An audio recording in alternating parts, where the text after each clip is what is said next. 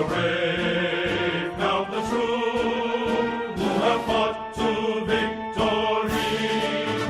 We're the army and proud of our name. We're the army and proudly proclaim. First to fight. Okay, it's June 3rd, 2023, and we're at Los Alamitos Army Support Facility, and this is the annual Legacy Reunion Party. And I am here with Ron Cabrera. How you doing, Ron? Chris, it is awesome Hey, to see you you, hold that bro, microphone. man. Yeah, It is good. Thank you for doing this great setup. It's going to be a really nice event. If you're in the area, just stop on by. What the heck? You can order from the regular menu. But it's been a lot of work put into this. We had the HUEY rats a little while ago. You know, that's amazing. 48 people got flown into it. Amazing. Rod Anderson, thank you for your generosity. Yeah. And for everybody that couldn't make it, we miss you. And our memorial table is phenomenal this year. Our hats off to the people that put this together. And I want to thank you and Matt Jackson and all the committee. It's a really big show, folks. So thank you. All right. Thank you, Ron. And you know, this is great. This is great. And if you guys didn't know, Ron recently, the last big event we had was Ron's retirement party. Yeah. But apparently you're still in, right? I joined the California State Guard now, so I'm a sergeant major here on post, and you can join as well too. We need good people. So go to the website California State Guard and look it up and then sign up. You know, so you do one Saturday a month, 100 hours of service time, and you write it off on your taxes, and you have a good time. So thank you. All right, we'll see you later. All right, Ron. Bye. All right, so stay tuned, and we got more people coming in. We'll see you later. Okay, so here we are. We're here with Herbert Irizarry, and my God, another legend here at beautiful Los Alamitos Support Facility as a technician, and your history goes way back. Started here in 1974.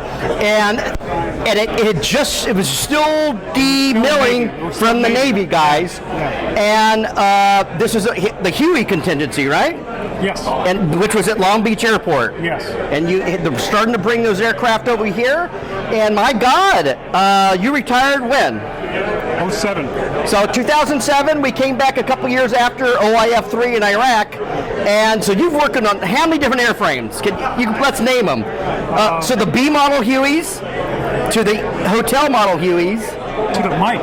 Right, to the mic. To the mic, and then H models. Those who know who the mic, that's the gunships that you guys ever saw the movie. Originally, they debuted the 1st of the 18th in the movie King Kong, the remake of the movie King Kong, folks. Yeah, so then from Hueys to Blackhawks, and then to wheelchairs.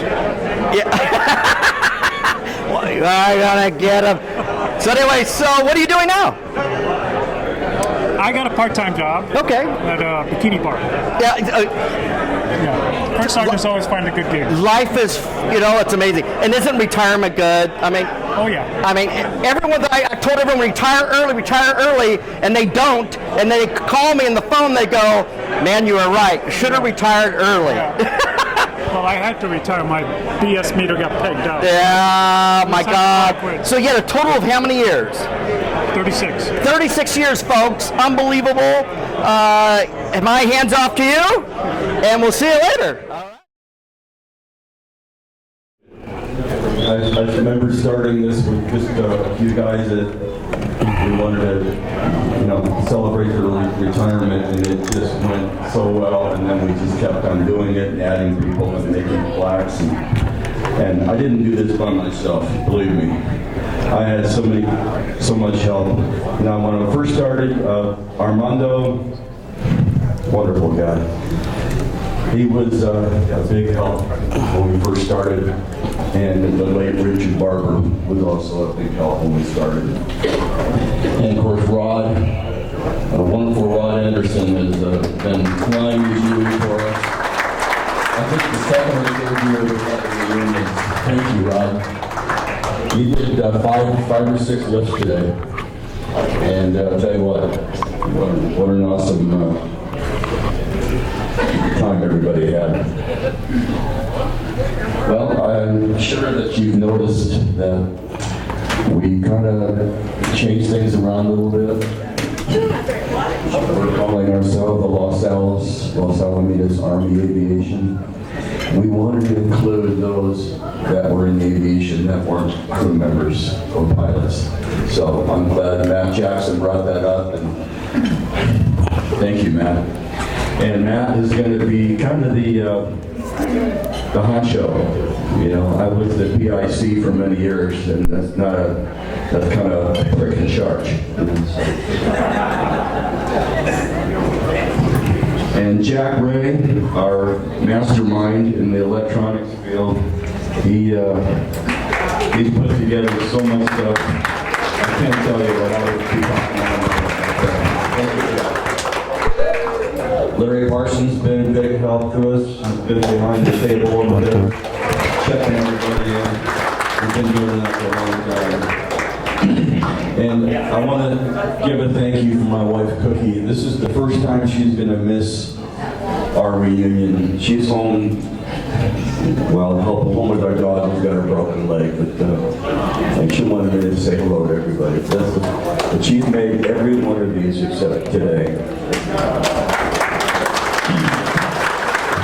And I'm also very proud to say my CO and my XO are both here tonight. And actually two of my COs, Tom Lytle, Jim Young, and Lou Miles. What a great guy, a bunch of great guys.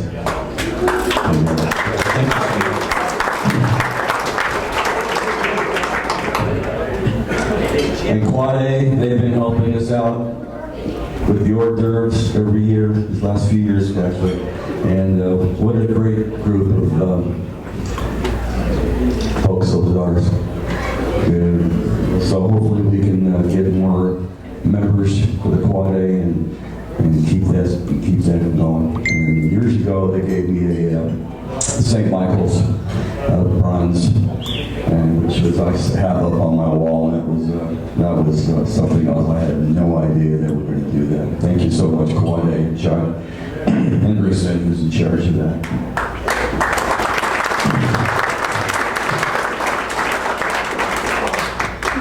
Did I mention Brent Simmons? Anyway, he did all the plaques this year. Prior to that, I think we made almost around 400 plaques. And we're still making them, and I think we missed a few this year, and I'm so sorry. We'll try to make that up for you. And, yeah, that's been busy, but I've had a lot of help. A few of them got some beer stains on them, but I think that's okay. And I'll tell you, this is the one guy who's really, I don't think we would have been around if it wasn't for this one aviator, and that's Tom Lasser.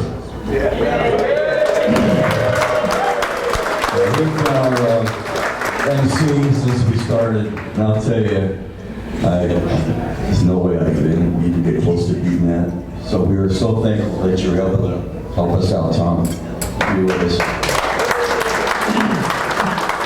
If I missed anybody, I know a lot of you have helped, and gosh, if I missed anybody, I'm so sorry. Okay? And I think I forgot Denny Williams. Oh my goodness. Denny? There he is. I knew I forgot somebody. He's helped me many years in the plaques and up here on the operation, and thanks so much. Who else did I forget? Tell him. Anyway, I'm going to give this back to Tom. He's a lot funnier than I am. Thank you so much.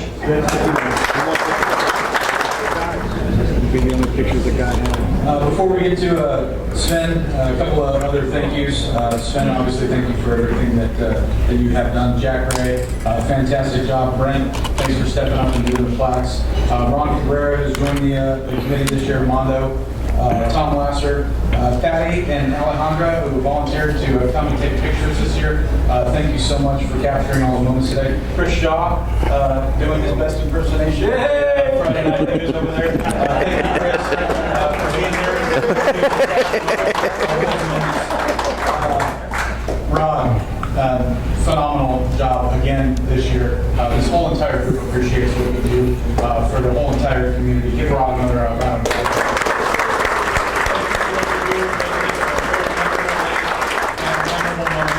For all these people, Rob, we're indebted to you.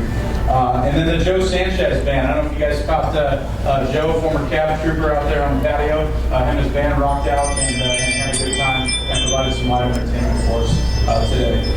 AJ and the Fiddlers crew, again, just another phenomenal job by the servers, bartenders, and hosts. They just did a fantastic job. They take such great care of us every single day. Oscar out there. This thing doesn't just happen, guys. It happens.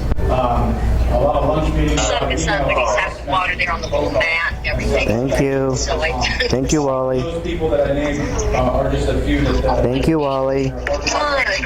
Give you guys an amazing evening.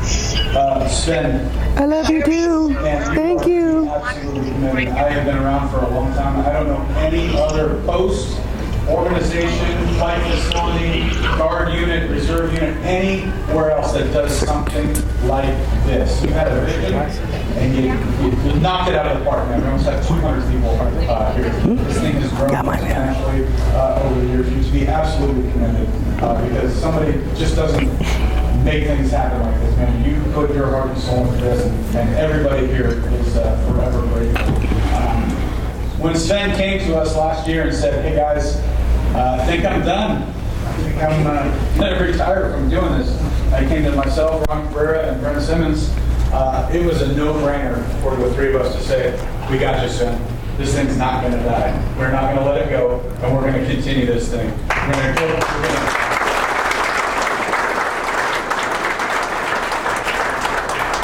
We're going to incorporate more folks, right? Because Army Aviation doesn't just go without maintainers, fuelers, ops, loggies, everybody, right? Everybody is part of our Army Aviation community, and we want for you that Jeff and I collaborated on and spent some time on it. And I hope you pick this up and just relish in all the 15 years that you did this, and look back fondly on each and every event. And every CW4 Sven Atkinson retired. A hearty thanks award for selfless service helping wayward aircrew as the founding father of the legacy Aircrews of Los Alamitos, California. As the grand poobah of the Los Alamitos legacy Aircrews of California, he dedicated countless hours ensuring the legacy Aircrews had memorable events and stayed connected. All hail Professor Emeritus Sven Atkinson. May you enjoy the fruits of your labor and take comfort in knowing your shadow of greatness will provide shade for future generations. Legacy Aircrews, Los Alamitos, California.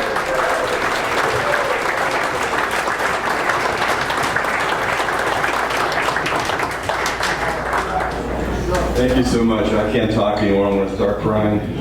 But one of the highlights of what Sven and his gangsters put together is an annual tribute to a retiree, a recent retiree, or one that we weren't able to get to because he has a network that goes out and finds these guys.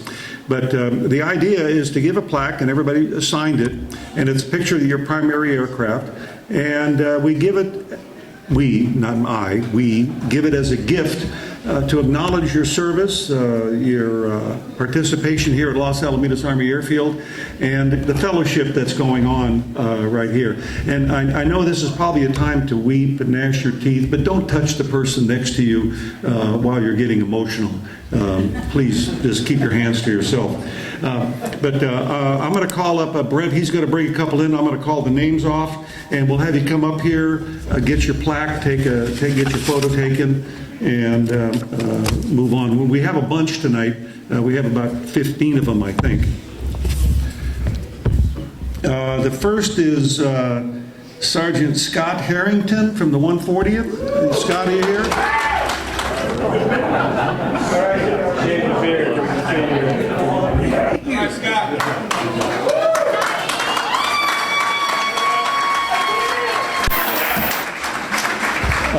Staff Sergeant Justin Gunn, and I think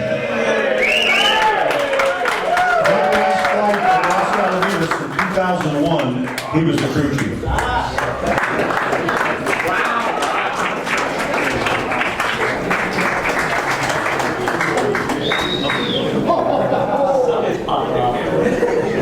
Yeah, Gunny.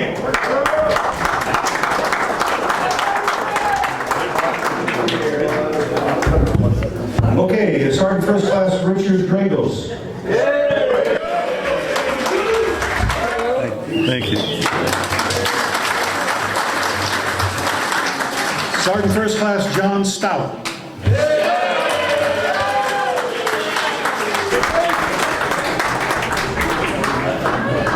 He's drunk in the back of the corner, and he's bounced off the walls, he's bounced off the tables, he's moving this way, he's taking the left, he's coming to the right. Down he's coming, down he's smiling. Now, how come all the guys have beards all of a sudden?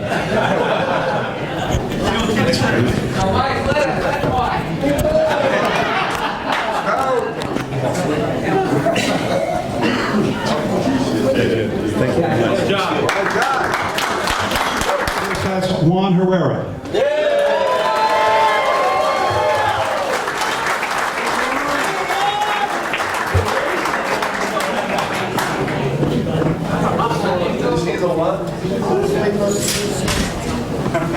You don't count, no beer. Congratulations. Thank you, sir. Okay, thank you. Thank you.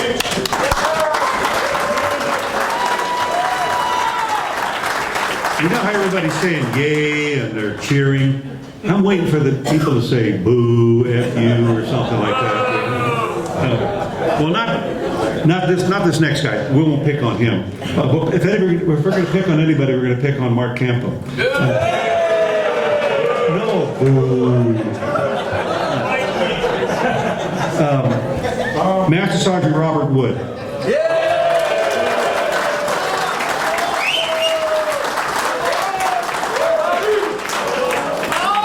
I knew Bob when he was up here at Los Al, then we punted him up to Fresno, and I think he never came back.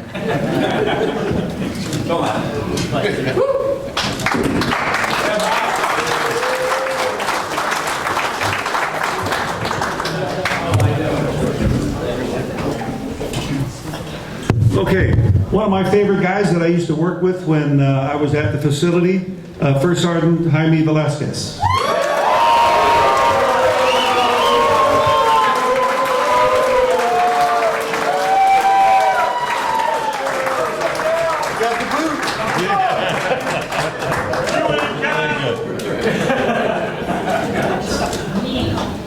Thank you,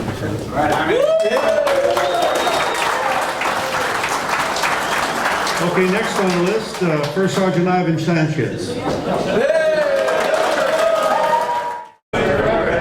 All right, so look who we're with, Jaime Velasquez. Oh my God, what are you doing, dog? Still working, having fun, having a few drinks. And My God, everybody, so take a look at, let's back up a little bit and get a good look on Jaime. So Jaime, you're what are you, 39 years old now, what? What's going on, what's going on?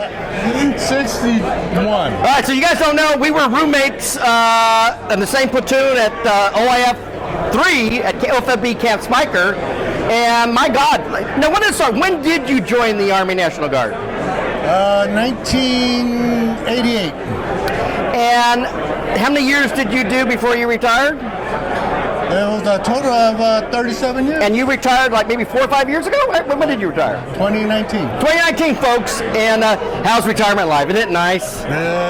You don't have to worry about weekends anymore. I mean, your stress level, you can start relaxing. You got weekends off? Yeah, right? weekends off. Right? I get to go play golf, go shoot, go have fun. Now I have grandkids, I get to go play with them. Now, a lot of you guys may not know, Jaime started off working with the CAV, the 1st of the 18th Air Cav here at Los Alamitos. And you were an aerial front seat guy. Aero Scout. Observer, right? Yeah. And a lot of you guys may not know what that means, but for years, the Army had single pilot aircraft, and they had observers and a non-rated enlisted crew member fly in the left seat or right seat? Left seat. Well, it depends, right? Yeah. But you still had a control, you still had the cycling. We had the controls. And they got flight time, right? Yeah, Sick time. They taught us how to fly, just in case the pilot gets sick or gets shot or something. See? I mean, what a great job. Unbelievable, right? Yeah, it was a great job. CW4 Kurt Strickland.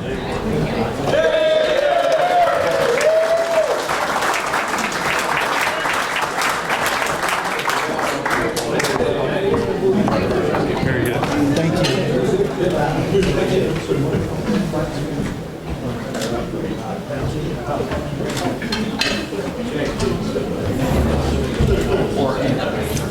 Thank you.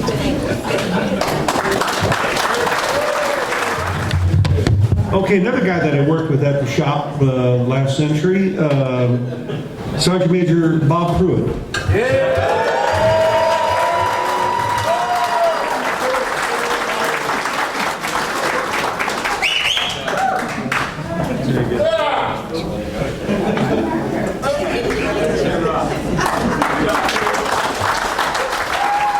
Command Sergeant Major Brian Barkins.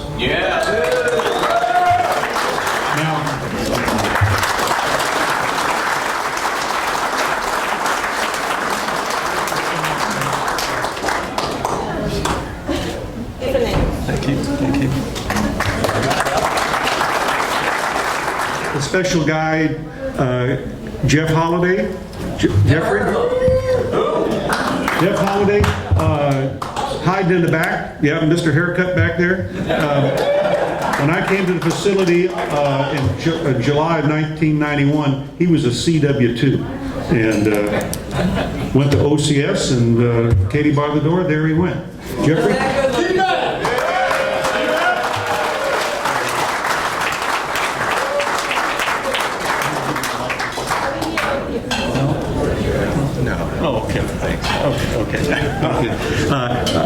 Colonel Holliday was a little too shy to talk on the mic, but he's going to go from table to table and give everybody a kiss and thank them for that gift.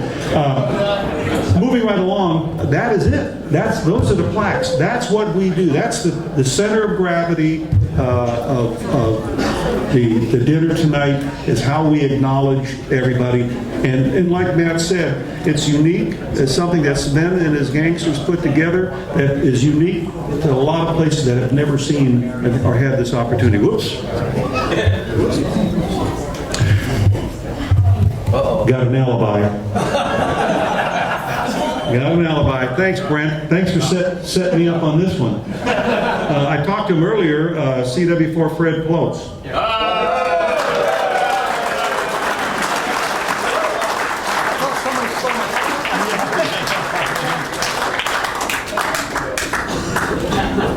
Thanks again. Thank you. Thank you very much.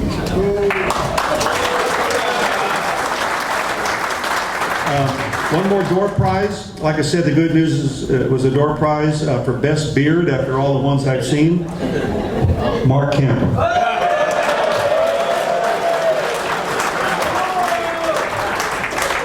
One of the things we do acknowledge is those people that we've lost, and we want to say have a little remembrance for them. And there's a tradition, and it's called Fly West. I'd like to call Sven back up here for Fly West.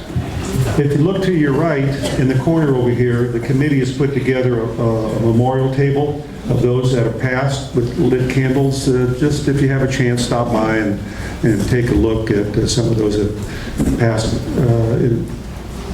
over the past several years since we've been doing this. But this is kind of significant, and hopefully only the most somber part of what we're here for today. But remember the briefing. You are cleared as filed. You are authorized to depart the control zone for the final time.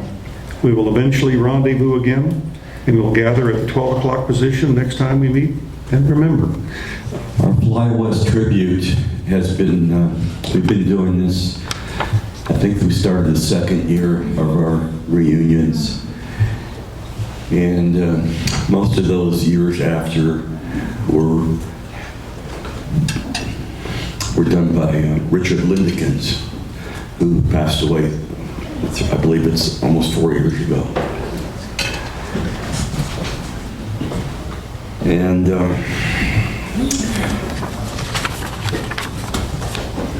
want to say a list of those that we have lost this last year.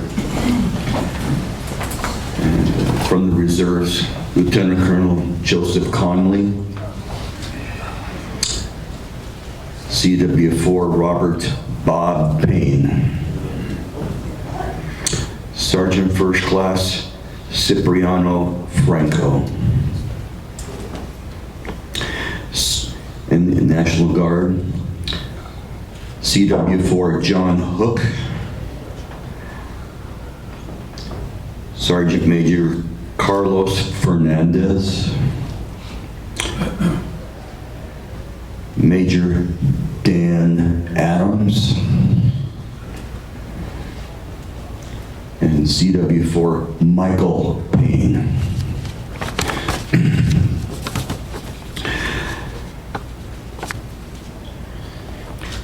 And this, the Flying West tribute is a term used to note the passing of a fellow pilot or crew member and a mark of respect for a loss of a kindred spirit.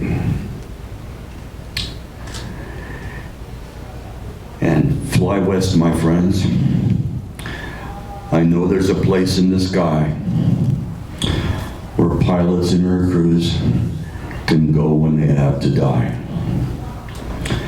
A place where a guy can buy a cold beer for a friend or a comrade whose memory is dear. A place no doctor or lawyer could tread, nor management type would e'er be caught dead. Just a quaint little place, kind of dark, full of smoke, where they like to sing loud and love a good joke. The kind of place they could go and feel safe and protected by the friends they would know. There must be a place where all pilots go when their wings get weary and their airspeeds get low. Where the whiskey is old and the friends are young. And the songs about flying and dying are sung. Where you'd see all the friends you'd flown west before, and you'd call out their name as you came through the door. And then through the mist, you'd spot an old guy you had to not seen in years. Then he taught you to fly. He'd nod his head and grin ear to ear and say, "Welcome home, old friend.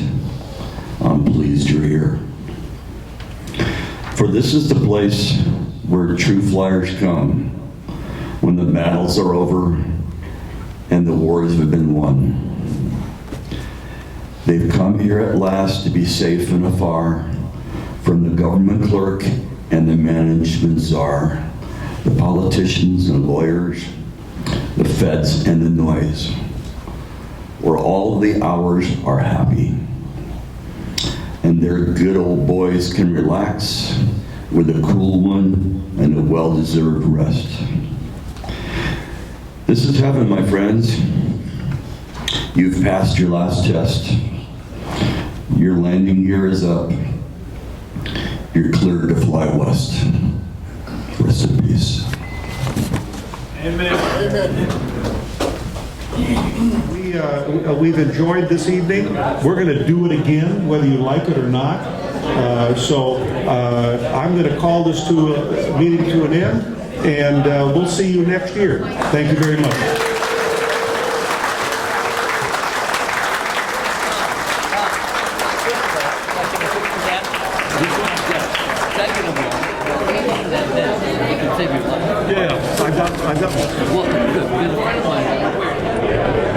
All right, so we're coming up here and introduce yourself.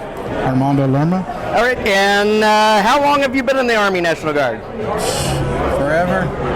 I should be on that table over there. And he's pointing to the missing man table. Yeah, I've been 21 years with the Guard, 4 years after. And you started when you first came to Los Alamitos, you started in what, Delta Company? What was it? Echo, Foxtrot? Alpha Company, and those are Hueys. Yes. And those are the H model Hueys? Yes. And then you transitioned to Charlie Company after that, right? Yes. There was a big shakeup. Alpha Company went to Mather, right? And then Delta Company. And then Delta Company. Delta was the intermediate level maintenance, yes. Right? And Hueys. And then, all the Helos. And then you were also a full-time federal employee at Los Alamitos. Pretty much. And when did you retire? 98. 98. And what have you been doing? In construction. All right, so doing construction. Well, yeah, well. Corporation. Yeah. I am done. So he's officially. And where are you retiring to? San Diego. Wait. From San Diego. Well, my God, Al. Yeah, we all look the same in the hair. All the men. You see one makes it, the other makes it. We're all the same. Introduce yourself. Hi, Sven Ackerson. All right, so tell us your story. When did you join the military? Joined back in '68. 1968? Yeah. It was I spent right in the middle of Vietnam War. I was over there for 16 months. Okay, and you were with what company? I was with D Troop, 1st Squadron, 10th Cavalry, 4th Infantry Division. Okay, and you were flying what? I flew Hueys. So, which models? H model. So everyone knows it has single engine, has a big door, and lots of passengers. The great helicopter. And they had 2 gun stations on either side? That's correct. And the Army has 7,500 of them in Vietnam. It's probably the most common helicopter, right? Yeah. And then you came back to CONUS after the war, or after that tour. Yep. And then, did you stay in, or? No, I joined the National Guard, and I spent another 28 years in the National Guard. Now, National Guard here in California? Right here at Los Alamitos. At Los Alamitos. Yes. So it would have been at Long Beach Airport.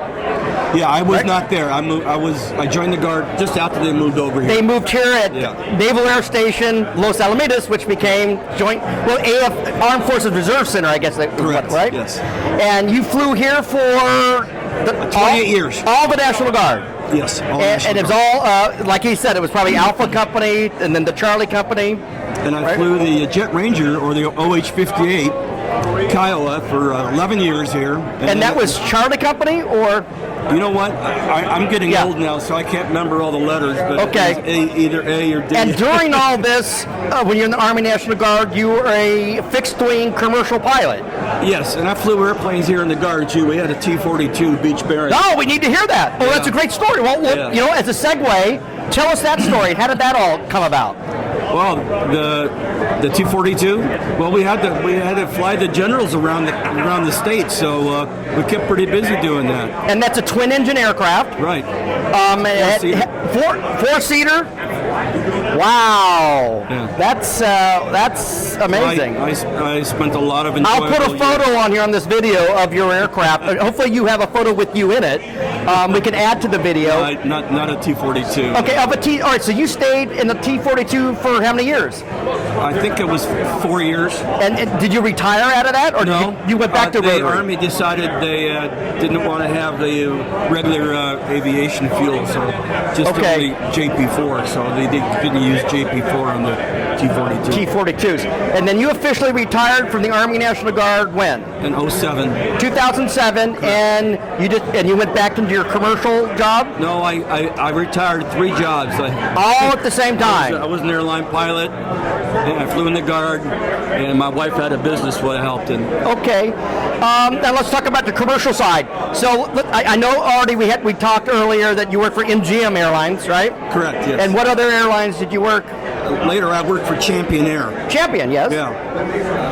And that was 707 or 727? Oh, 727. Yeah. All right, and can you tell us who you flew around? Anybody that's popular? Well, I flew all the ball teams around. See? Yeah. We flew the Lakers. I can't remember. I don't have my list in front of me. Right. So a lot of sports people. Any celebrities? Any bands? Music bands? Yeah. Oh, we flew a lot of music groups around. Yeah. Wow. So how many hours do you think you have total, both rotary and fixed wing time? Total time, 17,000. Amazing. All right. And I'm still here to talk about it.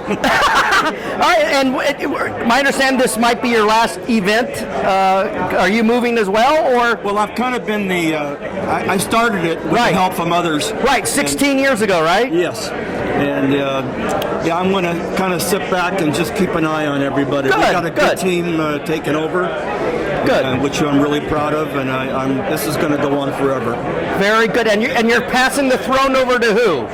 Well, it'll be it'll be Matt Jackson, Ron Cabrera, Jack Ray. Okay. And I'm sorry, I can't. No, that's good. Brent Simmons. That's all right. At this age, it's hard to remember names. That's all. You're doing very good. All right. Well, thank you. Appreciate all your work you've done for these events. Nice and we'll see you next time. All right. We'll see you later. All right. Okay, so I'm here with Tom Barham, and what's going on? So I ran into you, and show everybody your patch. It's the 336 assault helicopter, and real quick, tell me the story about the 336. Well, the 336 was deactivated in Vietnam, came back over here, we activated in Los Alamitos. It was the successor to the 617th Aviation, which was part of the 63rd ARCOM in the early 70s. We got UHs. Wait, so early 70s. So let's explain it. Were you physically at Van Nuys Airport? We were at Van Nuys Airport. We flew OH-23s at that time. Then we started getting Hueys. And which model Hueys?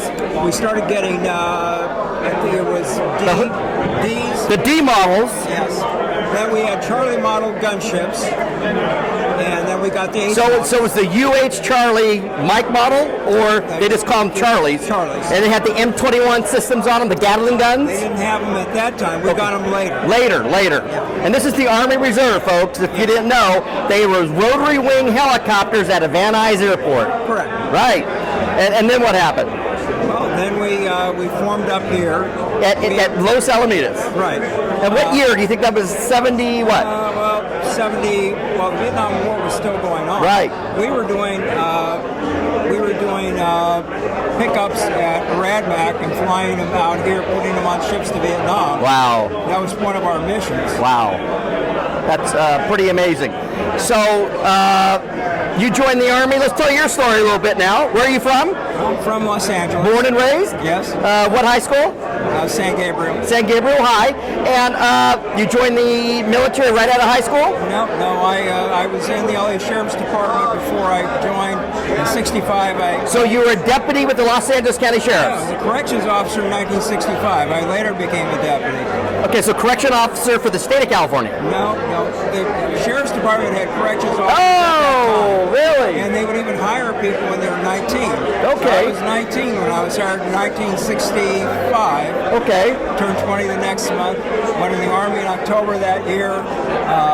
Went through Infantry Officer Candidate School. Got a branch commission in the Military Police Corps. Was in Vietnam as an MP. Wounded during the Tet Offensive in 1968. Got discharged after I came back. Went to flight school in I went to the Sheriff's Department, went through the academy as a deputy, went to flight school as a reserve from the 617th in 1970, graduated in 71. Ultimately, I was the commander of the 336, commanded it for 3 years. We won the Outstanding Aviation Unit of the Year award 2 years in a row. And very proud of my service and the great soldiers that I served with. Okay, so you retired for the Army Reserve what year? I didn't retire. You didn't retire? No, I was going to law school, couldn't balance everything. Couldn't balance both. So you left you told me earlier it was 1979. In 1981, I resigned my commission. 81. And then you were still with the LA County Sheriff's? Yes. And you were a deputy? I was a lieutenant. Lieutenant. And you were, tell me what stations did you work out of? Geez, I started as a deputy in Norwalk. I worked Lakewood as a sergeant, West Hollywood as a sergeant. I worked narcotics as a sergeant. I worked Personnel Bureau, Lennox as a lieutenant, and I was the commander of the Marina Del Rey office when I left. Really? What real rough work, huh? But that's a good station. Everyone retires out of there, right? That probably is the place to retire. It wasn't a station at that time. It was a substation, right? Or it wasn't even a substation. It was called an office. Okay. Was it in the harbor there, next to the home board, and the Coast Guard area, right? Right. We had the Department of Small Crafts Harbor there, okay. the Harbor Patrol, which ultimately became part of the Sheriff's Department. Yeah. And well, how fun is that? So you were a lieutenant when you retired, or a captain when you retired? I was a lieutenant when I resigned. From both. I resigned. Dual. To become a lawyer. So both jobs, and now you still practice law? I mostly retired. And what kind of law did you practice? I was a plaintiff civil rights attorney. Really? Well, you've had one hell of a career. Let's talk about airframe. So strictly Hueys after, And how much airtime? What total flight time do you think you have? Geez, 1,500. And you never pursued the Aero Bureau with the LA County Sheriff's? No. Never. Too hard to get into. Yeah, right. All right, well, thank you. Good meeting you. All right, guys. So the 336, and there's only a handful of these guys, and thanks for coming in for a chat. All right, with Rob Pruitt, everybody. And anyone know who Rob was? Rob started out. You joined the Army right after 80 what? When was it? Oh, I went in the active duty Army 87. And you were in the quick fix unit. Is that what's going on here? You were Germany, and then quick fix ended up at Fort Ord. And anyone know the quick fix? That's the EH-60 Alpha models that were used to jam.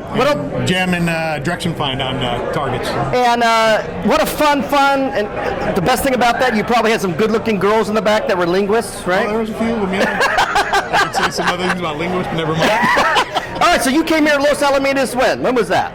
96. 96. Yes. And my understanding, you just recently retired. You got it. Retired February, end of it, and E9. And my God, everybody, how does it feel? It's good to be retired. Nice. Totally. I mean, you can just relax now. You got weekends off.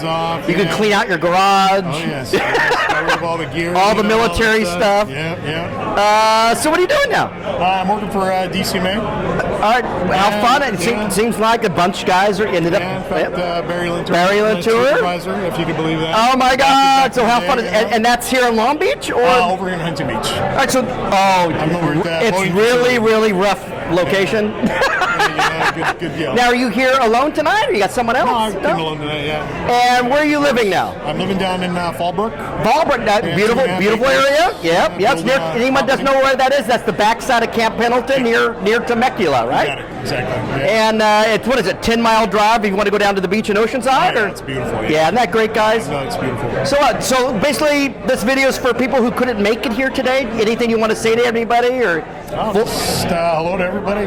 Hope next year you guys can come. All right, we'll see you later. All right. Yeah. So what's going on, Bob? How you doing? So anyway, Bob has the dream job. He retired from he was in Army National Guard. Army National Guard. Went back to the Army Reserve. Got a commission. Was a captain. Retired, and now he's last I heard, you're a test pilot at Corpus Christi? No. I ran training at Corpus Christi, but now I'm not there anymore. Now I'm at. It's just like his email address; it keeps changing. I'm in DC. Well, what are you doing there? Coast Guard. On the M860s, the rebuilds. No, you're not gonna believe this. What? Cyber security? Workforce development for cyber. Okay. So, and then you were a teacher at some point at. Yeah, it's professor. I mean, my God, anybody listen to me. There is an overachiever, and there is Bob Price. My God, I can't believe it. Yeah. So you flew in from DC? Yep, flew in from DC. And are you going to stay in town for a couple of days, or what's going on here? Fly back Monday. My God, so did you buy a house in DC? You're renting? I live on base. And what base is that? Fort Meade. The what? Fort Meade. Fort Meade. Yeah. Well, I wouldn't be surprised if you said Andrews Air Force Base. So you don't have that beautiful view like you showed me when you were at Corpus Christi? No, Corpus Christi was nice. Yeah, that beautiful ocean. Oh my God. We got a lot of animals. Go for a walk. We see the deer, the fox, raccoon. You name it, we got it. All right. So basically, I'm doing this video for people who could not be here today, like knuckleheads like Charlie McRoberts. Where's Charlie? Charlie won't. Yeah. Charlie. Yeah. Maria. What's your message for everybody else? Who else you remember? Jim Gibson. Is that guy still around? What else you got to say? Have you seen Percy? Huh? No, where's Bob Percy? No. I believe Bob Percy passed away. Yeah, a couple years ago. Yeah. I just saw him a couple years ago. Well, you know what? Who told me that? Bob B may have told me that. We will find out. Yeah. Okay. All right. Well, what else you want to say? Hello, this is your chance. This is your chance. All right. So look who's here. It's Jaime Venegas. I mean, my God, you drilled and as a full-time federal worker here at Los Alamitos. I did. And my God, now how many years did you do that for? 32 in the hangar, and I did 40 military. What do you think about that? And you retired how long ago?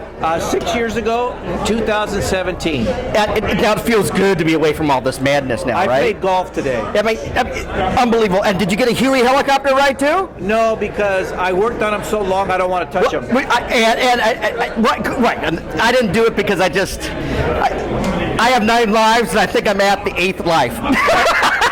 You know what? It's good to see you, Mr. Shaw. Yes, and you know, how fun is this? And we're going to maybe get you later in the evening to maybe do a little bit more. You could do whatever you want.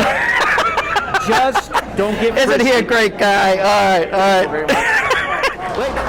Thank you, Tom. Thank you, everyone, for coming here. Man, what a turnout! This is probably one of the biggest ones that I think we've had in the history of this event. So, thank you all for coming out and putting the word out and getting everybody here. I'm not going to hold you guys from chow. The appetizer plates are gone.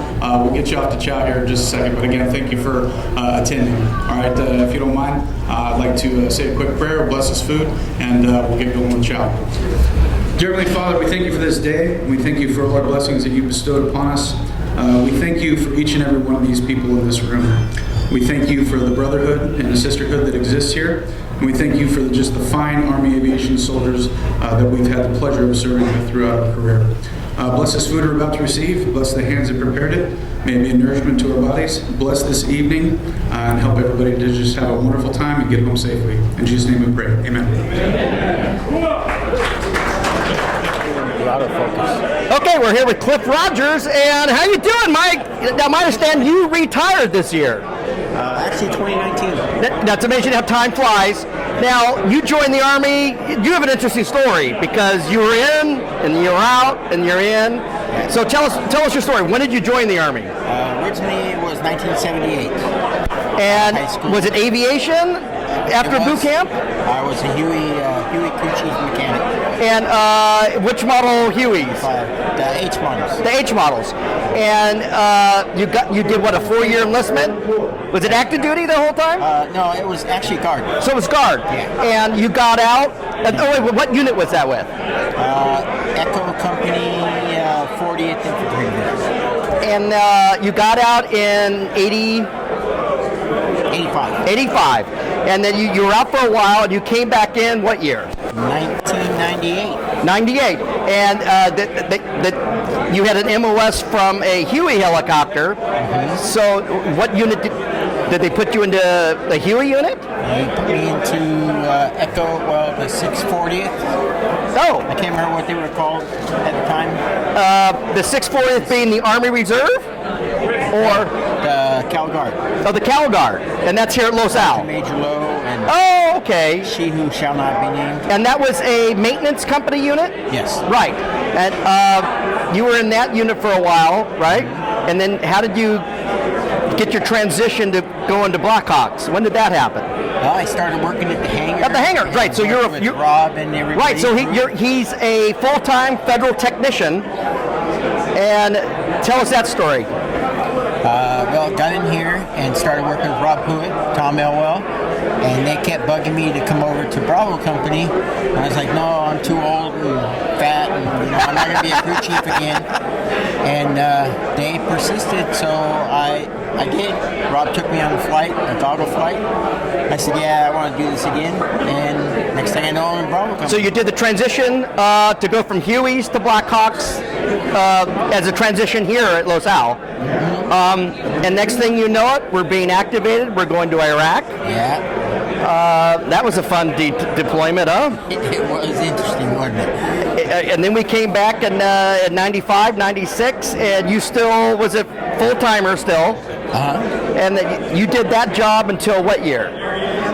Actually, I'm still... Oh, wait. I left as a mechanic and went into base operations. So folks, he went to base operations, and that's at the tower here, Los Alamitos. Uh-huh. And you basically handle FAA flight plans, stuff.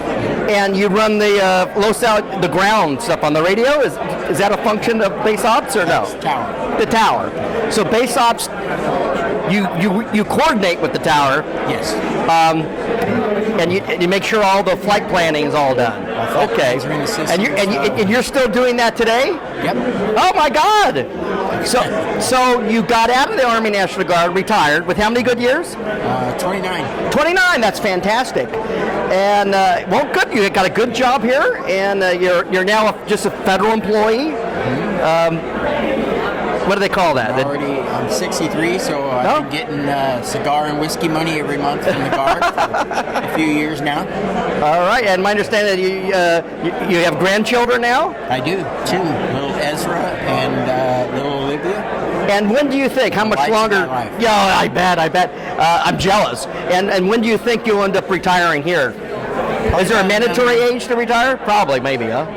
No, I don't think so. Okay, but, they moved the year up to 67 to get your full retirement now, Social Security. So all right, so and here's the thing: everyone says as long as you're having fun, you'll keep working, right? I love the job. The job itself is awesome.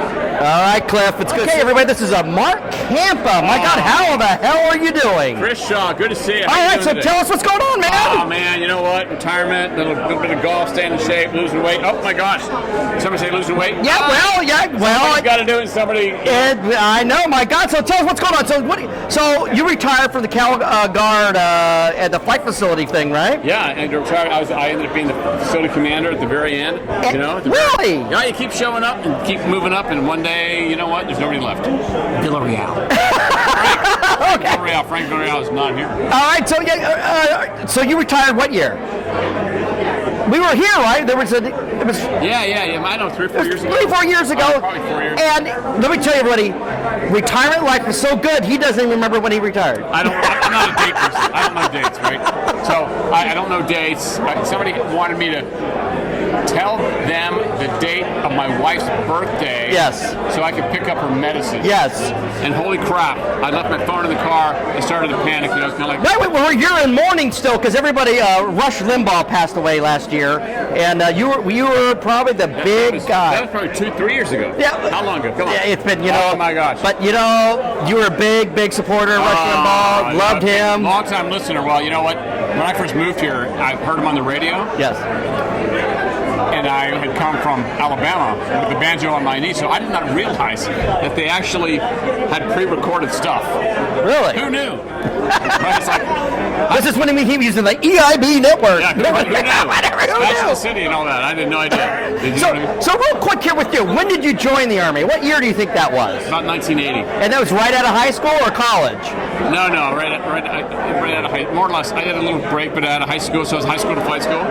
Okay, and where did you go? Went to boot camp, and then went to basic training, and then went from there. I was there with some other folks who were going to flight school, and then we all went off to flight school at Fort Rucker, Alabama. So, and you were the Warrant Officer Flight School. Warrant Officer Flight School. And you're in the what trainers? Those are TH what? That was the TH 55s. 55s, yeah. And then you got wheeled out of there, and you went where? And then we went out of there. Ended up in Aero Scout. Went off to Korea for 18 months. After 18, I went to there for a year, and they told me, if you sign up to stay 6 more months, we're going to send you to Germany. Wow. And I said, okay. All right. And then what happened? Because Germany has good beer, right? And then they said, yes.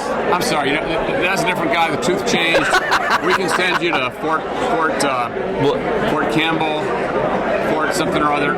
Or we can send you to Fort Rucker to be an instructor pilot. And I said, if you guys are dumb enough to send me to become an instructor pilot, I'm dumb enough to go. On the TH-55s? No. Oh. That would be an instructor pilot in OH-58. Oh, all right. So the 55s were... had air conditioning, they were comfortable. No, they are right. Well, I guess the new ones do, right? Well, yeah, but the TH-55 was the old Hughes 300 and take the doors off, and it couldn't go more than like 60 knots. Oh my God! To go. Absolutely. Wow. And what are you doing, Chris? What am I missing? I'm enjoying life. Yeah, you are. I retired from the LAPD in 2016, and yes, you did. And you've been hanging out for 7-8 years. Enjoying life, collecting the LAPD pension, and How great is that? Finally applied. Dude, John Samuelson, who's sitting right over here, to go to the VA, apply for disability benefits, and now I'm 90%, which is 21 and change a month. That's tax-free. It's fantastic. How about that? So you went with got the psych, right? The psych Val. Yeah. You know, 90%. Yeah, 90%. Holy crap! I know, but there's a lot of people here that are 100%, which is amazing. Well, I think if you know how to work the system, you can get to. If you're not at 90% or better, you're doing something wrong. Yeah, well, yeah. I'm doing something wrong. You're healthy. No surgeries. No issues. No, look at me. When you see me, this is the picture of health. Yes. And if you go to Wikipedia and look up picture of health, there's a picture of me right there. Now, this video is going to be made into a movie, and do you have any good? And for the individuals who could not make it here today, do you have anything to say to anybody? You're missing a great time, and I hope to see you next year. And don't say no. And I'm talking to you guys. I noticed that all of the full-time people, Lubach, Gary, Norwood Wentz, Ray DeGoya, Gormley, Dan Nealon might have come once. But you know what? Them and everybody else should be here, see the people that you used to hang out with, and have a nice night of fellowship and fun. All right, so Mark Campa, we'll leave it at that, and we'll see. Introduce yourself. John Robertson. All right, so tell us your story. When did you join the Army? I joined the Marine Corps in '78, got out, and then retired civilian. And at 40 years old, I joined the Guard in 2021. No. Yeah. No, we went to Iraq together. Yeah, 2021. No, 2001. Sorry. That's what happens to get old. We're going to edit this. 2001. Okay, and you deployed 3 times. First as a crew chief. Second time I got my warrant. Hang on, you're a crew chief with Charlie Company? Alpha Company. Alpha Company. First 140th Aviation. And you're full-time? I was AGR full-time, yes. And at one point you were working with the Raid, right? I did counter drug, yes, with Glenn Warren, with right? Warren and Holiday, yep. And that was all Los Alamitos. You weren't up at Mather, right? But I went up to Humble a lot. Oh yeah. Yeah, I bet. And down to El Centro. Okay, right. But not at North Island. You weren't at that contingency. So here's the next question. So we went to Iraq together, came back. Of course, I didn't say goodbye. Were you still here? Yep. So you retired here when? In 2019. You were here at OSAL all that whole time? Yep. Oh my God. My whole tour. So how many years total service is that? I have 26. My God. Wow. All right. And Raid, so they shut down Raid. What year was that? Oh, they were wheeling that down when I was in. I think when we came back from Iraq, first deployment, it was gone, right? Right. So what did they have you do? They had me as the flight company readiness. And that I was Alpha Company flight readiness. Okay, and you're building 16 over here. And then we moved. When they shut 16 down, they had nowhere for us to go, so we worked in our cars after the deployment as AGRs in your parking lot. And then they stuffed us in the old parachute building. Right, so we just, that's right. You'll see, we just did a video of that, guys, folks. That's where the old band building was. And I went to Delta Company as the readiness. Oh my God. With Brent Simmons. Wow. So what are you doing now? I'm retired. Now, how's it feel? Does it feel good? Feels really good. I mean... I moved, went to South Carolina. Okay, we're here with Barry Lintour, and my God, Barry is a legend here at Los Alamitos Army Air Support Facility. How many years did you do, Barry? Actually, I got at this facility in 1990. They had one Black Hawk. That's it, brand new one. Not too many people knew how to work on it. They didn't have no crew chief. As a matter of fact, Glenn Moya was the crew chief. He was an E4 at the time, I remember him. And so we crew that on the weekends. Nobody knew what to do with us. So me, Mr. Gibson, Randy Kreckler, we go fly, have lunch for on Saturdays, fly back at night. We're done for Saturdays, do the same thing Sunday, and it was nice drills until they found out how to utilize us, and we were pretty busy, but it was a good time. Right. Well, obviously, Desert Shield, Desert Storm kicked off. Yeah, exactly. Right. Exactly. So, during that, they ended up actually taking that Black Hawk because it was a brand new one. So we had some downtime where we didn't have any because they took the brand new one we had. And then we did that trip. We got a couple, and then there was that big trip to Alaska to get the rest of them. All right, so real quick, let's talk about Alaska real quick. So what happened? So Alaska was getting the Lima models? Is that what was happening? Yeah, they were getting new ones. They gave us the A's. But you know what? For the most part, they were pretty good birds. So the crews all went up to Alaska? Went up to Alaska, picked them up, flight all the way back. Now, how many hours is that flight? It's from Anchorage, right? I don't even remember, yeah. I mean, that must be unbelievable. It was a while. And you went all across Canada? I mean, amazing, huh? Yeah, we picked up a couple in Utah. 696 came from Utah. Me and Greg and Tetsuo, we went back and got a couple in Virginia. We got them all over the place. And folks, so that's the patch I'm wearing on this side. This is Echo Company, and this is what we're talking about. Exactly. The state of California, I believe, only had 10 or 12 total, right? Yeah. Yep. And you'll see that we're going to interview Holiday. He's here. Yes. He was the OIC of the Mather support facility. Right. When I got here, Colonel Holiday was actually a CW3. Yeah. So him and Colonel Camper. Okay, so you retired officially what year? 2010. 2010, and what have you been doing since then? Actually, I work for DCMA. Oh, that's right, guys. So you became a federal employee as well? Okay. Yeah, so I transferred from working full-time at the hangar, all my government service transferred over into the DOD. And you're still doing that? Still doing it. Oh, you still are. And all right, thank you, Barry. We're going to see you. All right, and you'll see who's right here behind you, and we're going to... Since they stole the ranch, that's all I had this time. Okay. All right, so he's coming up. You going to be all right? Yeah. And... Okay, so we're here with Philip DeWitt. How you doing, Phil? Life is good. What's going on with you? My God, it seems like we've all gotten so old. My God. It's all makeup. So this is your second attendance of the Los Alamitos Army reunion. Yes. And you've had a big scare here for the last couple of years. Phil was in the hospital for a while. You got COVID-19, like most of us did, right? It was a lot of fun. A lot of fun. And he was treated well. You were at the Loma Linda VA, right? Facility, hospital? Yes. And any good inspiring words? What do you have to say today? For the people who didn't make it here that met you, what do you have to say? It only gets better. Of course. So what year did you start here in Los Alamitos? What year was that? 91. And you started out as an AGR? Yes. And you were over here, Building 16 at the 140th, which is the patch I'm wearing here, the 140th Echo Company, right? That's right. Yeah. And you did how many years here? Gosh, I don't remember. Got about 13 years, right? 12, 13. And you retired in 2000, like around 2000.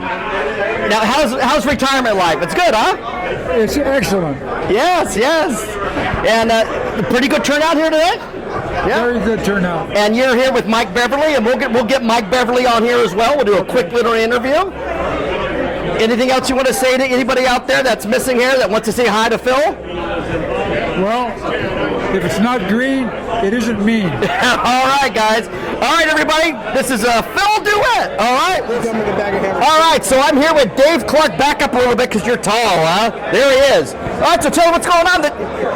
This is your first year, right? Yeah, this is my first one here. And you just recently retired, right? Well, I retired during the COVID time frame. Okay. So which is probably a good thing. Well, exactly. The Army decided to push me out. So I said I couldn't pass the flight physical with the handshaking. I thought, it worked for a helicopter, kind of took it out, but the Black Hawk, it translates into the control. All right, so let's talk to you real quick here. So you joined the Army when? I joined the service in 1981. 81. And did you, as an enlisted individual? Yeah, I started off in the Air Force, tried to go to pararescue, didn't make it, went security forces, and went to the Army aviation site in Fresno. When I was at Fresno 144th, I saw these helicopters flying and said, hey man, that's what I got to do. Right. So you put in for your warrant officer packet? Put in for warrant officer packet, came out of flight school in May of '89. My first assignment was working for Mong the Merciless, and Lasser at Roberts in May of 1989. Right. If a lot of people don't know, that used to be a 24-hour. No, it was Monday through Friday, 8 to whatever. Full-time. They had full-time staff, and then in summertime, the big Golden Bear exercise. Yeah. You know, they had everybody, so I was flying Hueys with all these W4s in Los Alamitos. So, and that was... that would have been May of 89. That was an AGR? Oh, no, that was just on orders, coming out of flight school. So, 90-day orders or whatever? Trying to get me up to speed, so I wound up flying medevac. And this is all in the hotel model Hueys? Yeah, and then finally got my unit of assignment to the attack battalion that we stood up in Stockton and rotated into the Mike model Huey. So I was one of the last Mike model Huey guys, which was a gunship Huey. And that had the M21 system, the Gatling guns, and the rocket pods. Yeah, we had the SS-11 missile, the French Exocet missile that couldn't hit crap with it. And then transitioned into the Cobra. What year was that when you transitioned? I transitioned into the Cobra in 91. So Stockton still had the Mike model running in 1991? Yeah. Wow. We still had a couple of Mike models left. And so because I wasn't yet a Cobra guy, I was flying the Mike model when the Cobras were starting to fly with guys that were transitioning out of Fort Ord. We had a bunch of guys come in from Fort Ord. And then I went off to the Cobra course, and I was at the Cobra course when Desert Storm happened. We're like, yes, here we go, we're going to go fight the war. Nope, the war's over. So came back, flew with J.D. Brown. We flew the NASA Cobra for a while, which was awesome to fly. And this is in Texas? No, this was in NASA Ames up at Moffett. Oh, Moffett! Oh, I thought it's Cape Canaveral or something. Oh. They took a bunch of us Cobra guys from Stockton, and we flew the NASA Cobra. I never knew this. And it was the surrogate for the Comanche. So it had a front seat for a Comanche, and it was a back seat Cobra. And so JD, myself, there was a whole bunch of us Northern Cal guys that did that. And when we say Cav, it's first of the 18th. Yeah. Right. And so we had attack battalion guys, we had Cav guys. I just saw Colonel Metcalf, and I was like, holy smokes! This is my brief stint in Cav was because of him. And then attack battalion went away. And so we all transitioned back into the Huey, and then started transitioning to the Blackhawks, getting ready, and here comes the war, and so they started picking and choosing who was going to go into what unit. I was actually supposed to go with the 140th, and somebody didn't want me in the 140th, and I'll just leave that name alone. Right. But so Art Laguna and a bunch of the NorCal guys wound up going into it. I didn't. I stayed with the AFCRAD while you guys were up north, and then I got pulled up north and flew with you guys for a little bit, and then wound up being a test pilot, instructor pilot, stands pilot, safety officer, LC officer. And this is all at Mather? Stockton, Mather, Stockton. Fresno. Oh, good Lord. I flew out of all the facilities in the state. I flew out of Los Al in the 640th. I was a safety officer. I was a W5 maintenance test pilot.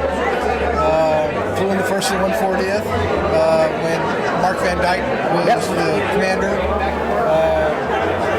I flew out of every facility in the state, and then in 03, I made W5. And tell everybody, Langberry was the only CW5 ever in California, but then something happened. The war happened, and then they started making CW5s everywhere. They actually started caring about having to have senior warrants, and so there was a whole group of us: Chris Good, myself, Chris Troutwine, Dave Harvey. There was a group of about 6 or 7 of us that all got promoted at one time because of wartime issues going on. They needed that expertise at the brigade and higher level. So it was kind of like a dice roll of which position we were going to get, because we all had multiple schools. Chris Good was a master gunner, was a 64 guy. Chris Troutwine was a safety guy, was a scout guy. I was maintenance, stands, safety. I basically did them all. I'm like, something's going to stick. And so I wound up moving up as the safety guy, W5, and then I went as a maintenance test pilot as a W5. So Yeah, well, about 4.5 years deployed, 5 years deployed. So, wow. That's a while. So you officially retired? They medically retired me. I got at Camp Taji. I was up on top of a Black Hawk working on it for Frank Villarreal and some of our mechanics here at Los Angeles. Yeah. And I was up on top of the aircraft when we started getting rocketed. And I was trying to get off the top of the aircraft. I was doing a night vision goggle test flight. Rich Schubert and I were briefed to do those. And reached for the drag brace and it moved. And I went off the top of the Black Hawk and went head first into the concrete with no helmet. And so I have what's called concussion-induced Parkinson's disease. All right, like a boxer. Oh my God! So how many good years did you have? 39. Good Lord! Towards retirement, Yeah. even though it's medical. So you still get 100%. I'm 100% is it VA 100%? Army. So you still get your full pension from the Army. Plus, But I don't get all my VA check because why? they do an offset. They do what's called an offset. Even though you're 100%. I don't necessarily agree with that, but because the injuries were sustained in combat, I get an extra stipend. Yeah. It's called Okay. the CRSC, Combat Related Service Connected. Wow. So anyway, and now I'm up at Camp Roberts. I'm Title V up there, so I'm doing aviation. Right now? Right now, I came back on Title V. I'm a federal technician. So you could be 100% service medically. I mean, amazing. Yeah, so they you're making 15 grand a month, huh? I won't go into it. This ain't too bad. Not too bad of a deal. So you kids out there thinking about not joining the military, think secondly. Other than falling off the helicopter, yeah. So headed to Roberts, and now we're getting ready to open up the East Garrison Assault Strip, which will be able to take a C-17 on the 15th of this month. So you've had C-130s there before, right? Yeah. We just started doing them since I started there. And you still have UAVs as well? Oh yeah. We had. Because I know Hunter Liggett had all that stuff years ago. Right. The best year so far that we've had is just under 25,000 air movements. Wow. So we had the Marine Corps up there with just under 40 aircraft. We had B-22s, 53s, Cobras, Hueys. We've had as many as 4 C-130s on the deck at one time now. Wow. So we're moving aviation forward at Roberts, which is pretty. And they redid the parade field at the center where you couldn't land for years. Right. So that's the next project. Did they ever rebuild that old log cabin that had the pizza place in it? Was that ever rebuilt? No, they now have a club called the Oak, and it's up on the hill. Oh, right. That used to be like where the general lived or whatever, yeah. Yeah, so they've got a club up there now. Okay. But yeah, the idea is make Roberts a little bit more aviation friendly, a little bit more aviation conducive. The big problem has always been that, when aviation units show up, they don't have something to drive typically. They're walking. So try to make sure that the barracks are in good shape for them close by. We're working on some stuff. Let's talk about those barracks. So they're all fire hazards, had to have fire watch. Most of those are gone now. Yes, yeah. Even that one that was condemned that had bats living in it. Oh, yeah. Is that still there? No, that's gone. So that's gone. So they've remodeled, I believe, all of the barracks that are on the list to keep. Have been remodeled. All have new hot water heaters, all that kind of stuff. There's a couple that they're still working on, some siding issues, and things like that. But for so many years, Roberts was kind of neglected, terribly neglected. There's always someplace else you can find a place to spend money. Right. So. And can you get reception now for TVs? I remember they never. Every barracks now has Wi-Fi. Oh, good. Good. They all have new bunks in them, all that type of stuff. And where are you living? You and your family are living where? We live in a small town called Templeton, which is over by Paso Robles. It is. Okay. Yeah. So AJ Spurs used to be the place that a lot of guys would go. All right. But so we settled down there. We moved in basically 2 weeks before our first Iraq deployment. So it's been a good run. But Army Aviation, who to thunk, right? And you're going to stay in as long as the Army lets you? Well, I've got a couple projects. We've got our AIC. We have an Airspace Information Center with ATC and radar in it now. So that was one of my pet projects from General Keith Jones, was to control the airspace better so that we didn't have near misses and things like that. So we do rather well. We've had AC-130s. We've had 160 SOAR. We've had F-18s. When we open up the strip, hopefully if everything works out right, 15th of this month, we'll have an F-35B on the ground. So what strip? We're not talking, this is a new location? Well, it's east, what you would know as the East Garrison. It used to be the old runway. So we've knocked all that out. There was a hump. We've knocked it out, lengthened it out, widened it, so we can take C-130s, high hot, August day, fully loaded. Wow. And now we'll be able to take C-17s as well. Wow. So that's the idea, because my goal has always been, why do I have to send a brigade to Fort Hood to mobilize when we could do that same training here, and now you don't have to send the whole brigade that way. Why not do it here? So that's my goal. This has been a long time. We've been wishing for this for 25 years at least. Greg Atencio tried to do the same thing that you tried to do. It just never happened. Well, when they brought somebody on full-time aviation, that changes. Yeah, it used to be a funding issue, right? It's a funding issue, and you lose continuity when you change people out on an in-base status. You can't do it on an in-base status. It's just not feasible. All right, well, hey, good luck on you. He's still working, guys. It's Dave Clark, buddies. All right, we'll see you later. Okay, come on in. Okay, look who we're with. We're here with Brigadier General Peter Gravitt. Major General. Major General, my God. That's okay. Well, he was, right? Yeah, they promote. So how you doing? Great to see you. Same here. My goodness, a lot of people don't know that you were an LAPD police officer. You got promoted as a sergeant at a Pacific Division, right? No, actually I was a watch commander at R&I Division. R&I, and that's Records and Identification Center, and that was at the OPAB at Parker Center. And I worked at Detective Headquarters. See? I mean, my God. So when did you join the military? 1959. 1959. So, guys, the Korean War was had just ended. I was in high school. 10th grade. 10th grade. What high school? Name your high school. San Pedro High School. San Pedro High, folks. Spent a couple of years in the Guard, then went off to basic training 2 years later.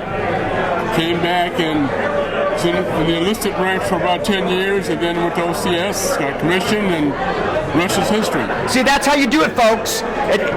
My hat off to these individuals. They start off in the enlisted ranks and they go into the commission ranks, and those are truly the best supervisors that you can really truly have. Because some of those guys are. I don't know about I served 44 years. 44 years, and you retired from the Army National Guard, or was it the Army Reserve? No, I retired from the Army because after the '84 Olympics, I went to active duty. Oh! So I served 22 years in the Guard, 22 years active in the Army. So 22 is your lucky number. 44. And then how many years with the LAPD? 22. So 22, guys? I'm not that old now. Yeah. Well, that would make him 66. The first 22 were concurrent. Please me. And where are you living now? You still here in Southern California? Live in Palos Verdes. Well, you went to San Pedro High, folks. Just having a good time here with all the guys that I grew up with, and so on and so forth. All right, so thank you, sir, for showing up. And there we go, Major General Peter Gravitt. All right. Andrew is really tall. We got you in the photo frame. So, Andrew, when did you join the Army? So I joined in the very end of 1994. And you went right into went to basic. AIT. Went to basic at Fort Jackson, AIT at Fort Rucker, and came straight here to LaAASF from there. And they put you right into what, Charlie Company? Or you went to the maintenance unit? No, went right into Charlie Company, right into flight slot. Happened I had a family friend who is a pilot here. He's one of our OH-58 drivers, a guy named Howard Lewis. Right. And Howard was able to get me over to Charlie Company and right into a flight slot. Okay, so we're going to pause there real quick, and then we're going to talk about, you're also a firefighter with the Los Angeles City Fire Department. And tell us, when did you join the fire department? So I got hired by the Los Angeles City Fire Department in August of 2000, and still currently a full-time firefighter with them, working in Pacific Palisades. My understanding is that your father was also a firefighter? My father, my uncle, and both my brothers. So his multiple generations of being a firefighter for the city of Los Angeles. Correct. And now you're out of what station?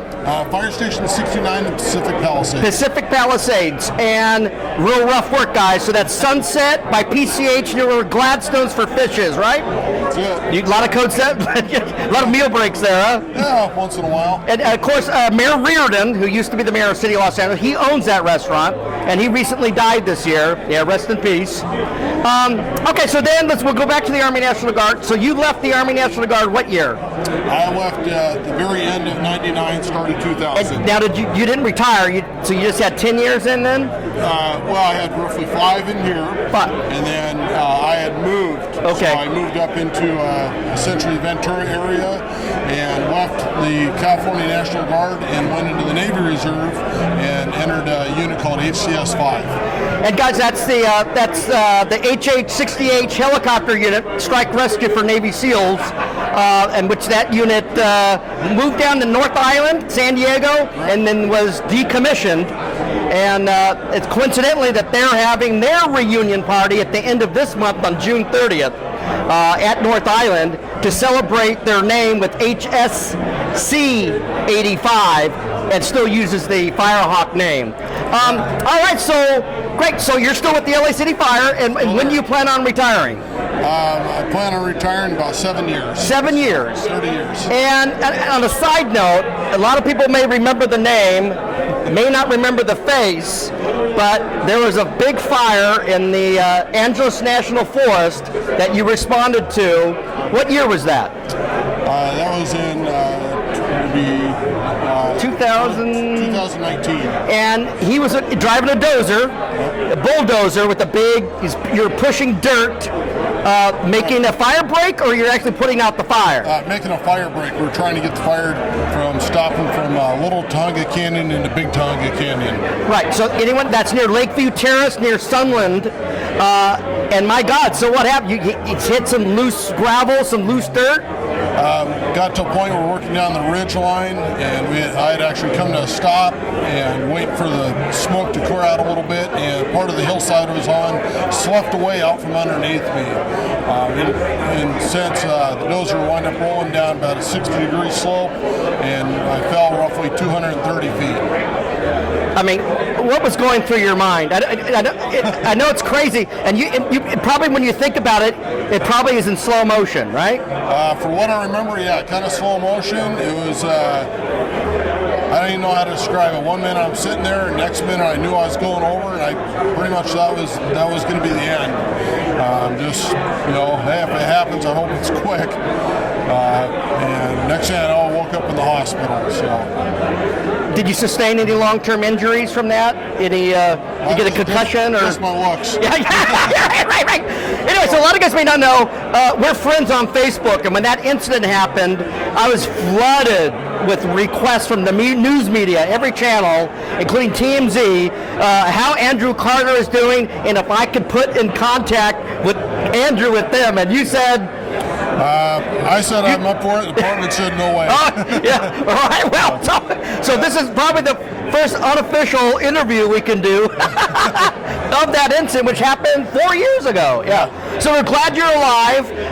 Anything you want to say to any of your buddies in Charlie Company that's not here today to say? It's good to be here. Good to see everyone. Hope to see a lot of faces. It's been a long time.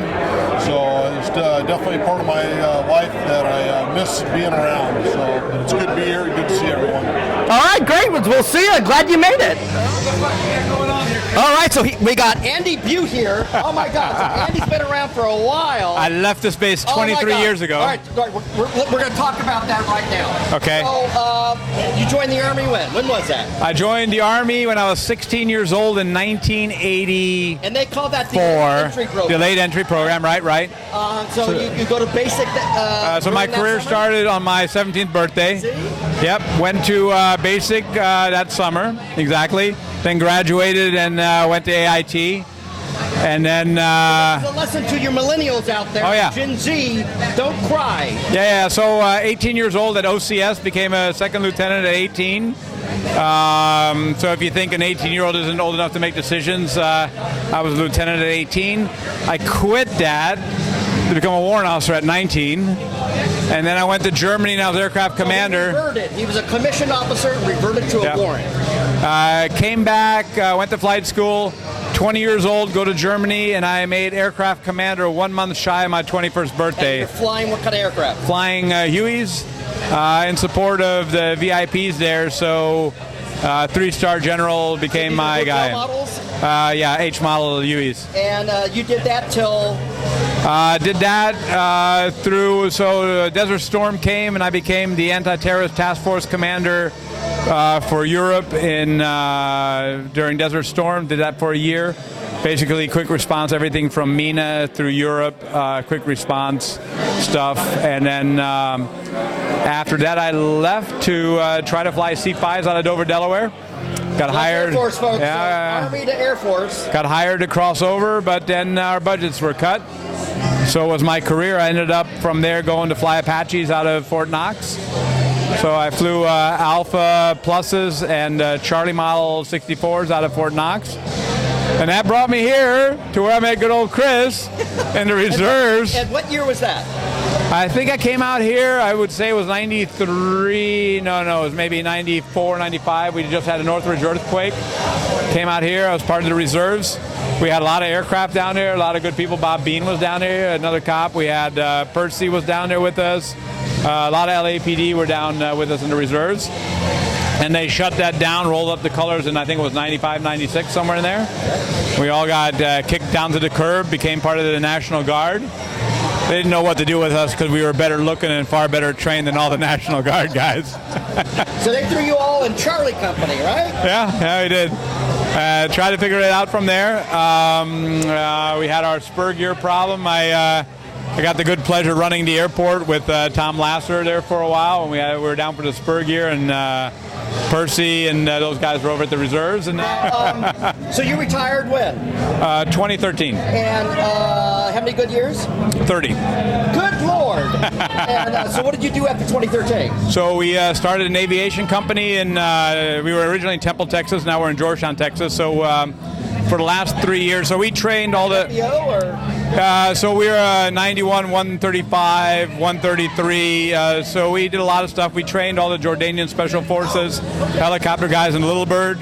So we did their MD-530Fs. So we gave them all their currency, recurrency, and emergency procedures.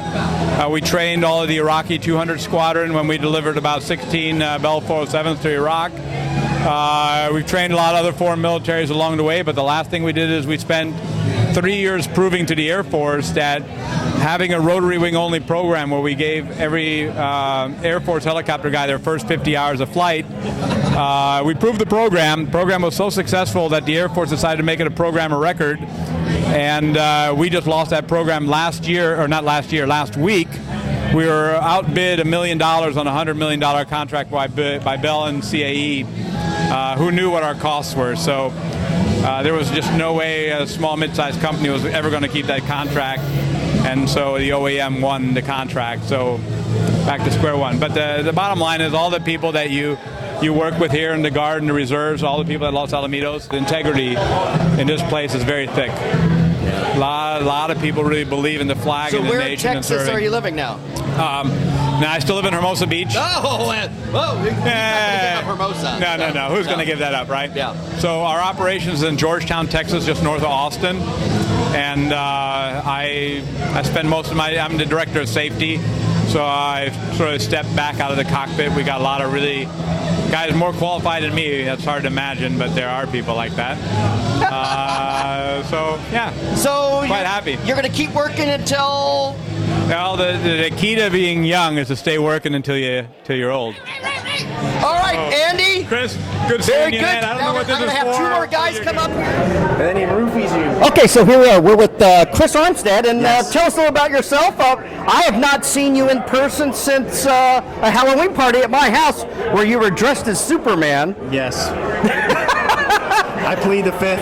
And next thing we know, your wife is pregnant, and you have a son, and your son is how old now? 8. He's 8 years old. Yeah. And yeah, he lives in crime-ridden area known as Long Beach, California. Yes. And where the sewer meets the sea. Yes. And my understanding that you're thinking about retiring from the Los Angeles County Sheriff? I am retired. All right. How does it feel? 2 months. Isn't that wonderful? Freedom. And you're still decompressing. It'll take you years to decompress. Where's the beer at? That's what I want to know. I don't know. Well, you know, I'm on this keto diet, so I'm not drinking. Whatever. I know. So, wait a minute. Liar. He's a liar. So is this your first event? Yes. This is his first retirement party, folks. And if you guys don't know, he was in the United States Coast Guard, right? Yes. Working at one point in his career, he worked at Edwards Air Force Base, and we just talked to Randy Jackson, who was a safety officer at Edwards for about 5 years. Small world. Small world. Well, we are in California, folks, here, and he's wearing he's sporting it. He's wearing the Hawaiian shirt. Yes, I was told to. It's the uniform of the day. All right, my God, look, we got some old timers here. I got some. Real old timers. So you joined the Army what year? I joined the Army June 6th, like they said, D-Day, 68. 1968. Yeah. And you started out on what kind of helicopters? Well, I was delayed enlistment, so I went to basic, straight into flight school, and I flew the 23 in school, 13 for instruments, and then 38 years I flew the Huey. The Huey, and then which models? D and H. So D and H's. Oh, a couple times Charlie Mikes. Charlie and Mikes with the gun systems. Yeah. Yeah. So you're infamous. You were at the Cav, right? Well, just for a little while. Just a little while. I started out. But this guy used to go to the 336. starting gate, do a handstand, and drink a beer. Oh yeah. That's how we know this guy from. And here's the infamous Bob Bean. So Bob Bean, he was a former commander. Go ahead and hold the microphone. So you ended up retiring as the colonel with the 1-1. With the 311th Corps Support Command. See, my God, and you're doing great. You actually retired from the LAPD as well as a helicopter pilot. As you did. I only wish I did. I wish I flew, but no, I flew a desk. So how you guys doing tonight? Good turnout? Oh, real good. Isn't this fun? Good to see everybody. Yeah. You know, hey, we'll do this again. I'd like to rap with you guys maybe another time. We can do it personally, and we'll see you around next time. Well, hopefully. Maybe I can get you on video doing a handstand, doing another. Drink a beer. All right, we'll see you later. Thanks, guys. All right, so we got some more. Come on in here. Oh, we gotta keep Russ up here. I was just talking about Russ. I was just talking to Russ. No, come all right, come on in. Come on over, guys. Come on up, dude. We're still rolling. So, all right, so let's go ahead. It's all yours. So I was talking to Russ a little bit earlier. Gosh, when Chris and I, we actually met each other in the Guard as we were going through flight school, right? Come on, I'll scoot over. In 2003. Oh yeah. Come on over, guys. So back in 2003, Russ was over at the flight simulator. The flight simulator, right? And so Chris and I, we'd meet you, and we'd actually do like a couple hours here and there, and get it simulated, and get ahead and stuff. And I was just telling Russ before you came on how much I really appreciated on how you were so dedicated with your job, and you're one of the very first aviators that I ever met that literally showed the passion and helped us out become aviators, right? And so I really thank you for that. It's a pleasure. And Chris, he was like bumming to hear that. He and I used to work together at the flight facility like a long time ago, back in the day. And he used to talk about darts, right? Like, yeah, that's right. Still playing. Go ahead, hold it. A hidden talent. Russ Janis is an amazing dart expert. Used to be. So it wasn't the starting gate. What was that other place that was over here in the corner? It's Catella and the corner. There's another bar we used to go there. What was the name of that place? Now it's I don't know what parts. I don't know what it was. But what you guys had more fun at the starting gate or that other place? What was karaoke night? All of them. I miss Bruce Bridge. I gotta say, Bruce Bridge was he was so cool. Bruce was the bomb. He was awesome. I'll never forget Bruce sleeping in the back of the ALC facility, sleeping in the back of the ALC facility, and all the stories he talked about. Oh yeah. He had some great stories. He caused a signal one time coming to work. I worked with him over there. He fell asleep and had a big crash on the 5. Yeah, no, he passed because he had narcolepsy. Yeah, he had narcolepsy, dude. So he caused a big crash. And he was a CHP, wasn't he? Yeah. Yeah, he was a CHP guy. Yeah, he did that, and then like he would sleep in the house he shop, and I would, because he didn't have a driver's license, I would drive him to the grocery store, and Bruce would be like, hey, I just need to pick up some lunch, and he would go get ground beef, like raw ground beef, and in the car he'd open it up and it was like popping it like popcorn. He's so weird. It was It's so much fun. But anyway, I saw you up here and we just wanted to put it on video. Thanks, Sam. Thanks, Ross. All right, so what's going on? So what's going on with you? So are you obviously you look young, so you're still working? I think I am. Yeah, You're still working? He's working, but like he's done fine. You know, we haven't flown in a while. All right, so you're still in the Army? No, I retired in December 20, man. Look at that. So 22 years, folks. And I 27 years. I'm 48, dude. Oh, my God. Yeah. Oh, my God. 42? 44. That went in 96. Chris, how old are you now? I'm 56. Yeah. That's crazy. I retired. I left. I had 21 years. I left here I was 39 years old. Yeah. Well, I joined at 18. Yeah. Yeah, so I believe I remember you when I first joined the Guard in 03. Yeah. Oh, yeah. And you were at the Delta Company, were you? No, it was Bravo. It was Echo, and then remember I was always the crew chief, always doing the VIP missions, celebrities. I always remember seeing you around. Yeah, Charlie McRoberts, I was his crew chief. Every mission. Bob Price too. Yeah. Jim Gibson, Wayne Soley. Those were my guys. Wayne. Yeah. Wayne. I remember Wayne. But everybody remembers Wayne. I was Alpha Company, and then first 18th cap. So Alpha Company being what first 140th? So initially when it was transferred up at Mather or the detachment down here. Okay. Alpha Company first 140th here in Los Alamos. Blackhawks. Yes. Yeah. Okay. Yeah. Well, you know there's a lot of history behind the Alpha Company. Yep. Okay, so you did that, and then you were the Cav. You're a Cav guy. Yeah, I was Cav. I wanted Apaches only, and they were like, and the Cav had them, and then at first it was like Cobras. We had it for a hot second or something, like right? a second, and so I was supposed to go to flight school for Apaches, and then they're like, no, you get Blackhawks, and then I was like, so I did Blackhawks for a little while, and then after that I went to Arizona, and they had Apaches there. So right. Started flying. Well, I guess they don't have them anymore. They gave them back to the regular Army, right? Yeah, they gave them back. And now they have Blackhawks. Now they got Blackhawks. All right, so you guys still live here in California? Yeah, he and I were pretty close. We actually went to flight school together. We went to walk school together, flight school. Oh, shit. Well, that's a good story by itself. Each other. Yeah. All right, so when you got out, so what do you do now? Gosh, man, that's a long story. You're not doing drywall or construction? I have several businesses. And, but I really appreciate everything you did on the back end, dude. Because we have the Facebook and you're a part of that. Good. So thank you for that, man. All right. Well, all right, introduce yourself. Yeah, my name is Chris Wright, and I was with the first 18th Cav for a number of years. Now you joined the Army when? How old were you? I was 17 when I joined. And, what year was that? It was 1996. Yeah. I thought it was like last week. Yeah, a little while ago. Yeah, and I'm like, wow, that was a long time ago. But I was 11th grade. So you went to walk.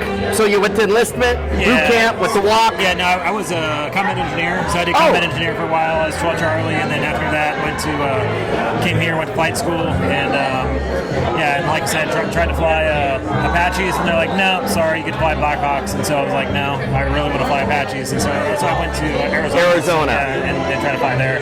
Okay, so you're still doing that? No, so I was contracting in the Middle East for a long time. Oh, that's what we want to talk about. Now, we had talked before, and he had mentioned this. So tell us the whole Saudi thing. How did that all happen? Yeah, so I got done with the flight, and an old friend texted me and said, "Hey, you want a job over in Dubai?" And I'm like, "Sweet, that's the place with the big palm, island and everything." Right. That sounds pretty awesome. And so then I took that job, and basically it was just teaching longbow academics to the Saudis, to the UAE, United Arab Emirates, students, and it was their military. So they bought a bunch of Boeing Apaches, and so we were teaching that over there for about 8 years, and then went to Kuwait for a little while, taught their sim there, and then went to Riyadh and taught MD-530s. Now, how are those pilots? If you compare them to Americans, how are they? Are they just as good? Yeah. Better?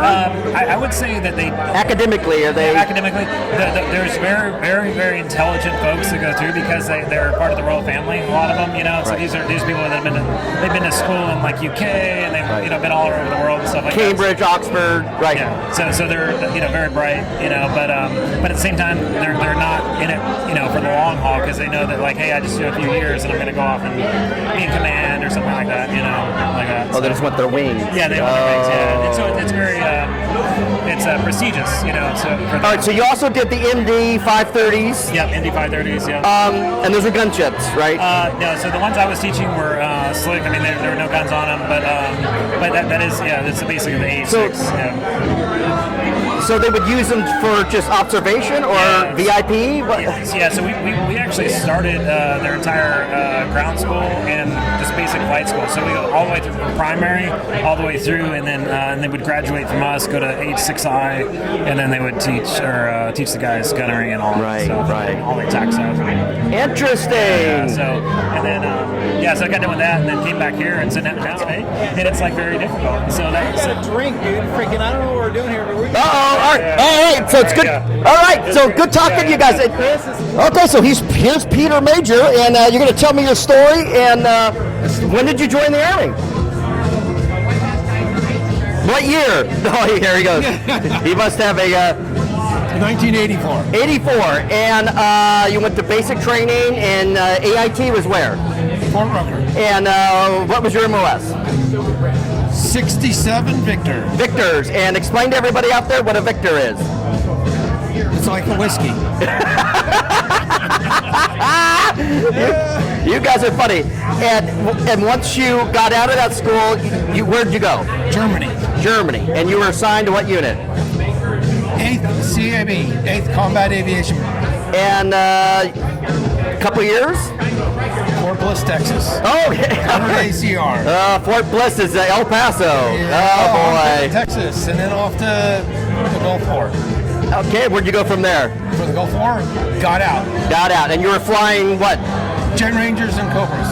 And everyone does Jet Rangers and OH-58, and these are Alpha models, Charlie models probably, right? No, they're Alpha and Charlie. No, they were. And you're just doing observation to call in artillery. Wow, or the Cobras, right? No, we go look for people that shoot Blackhawks. Shut up, you idiot!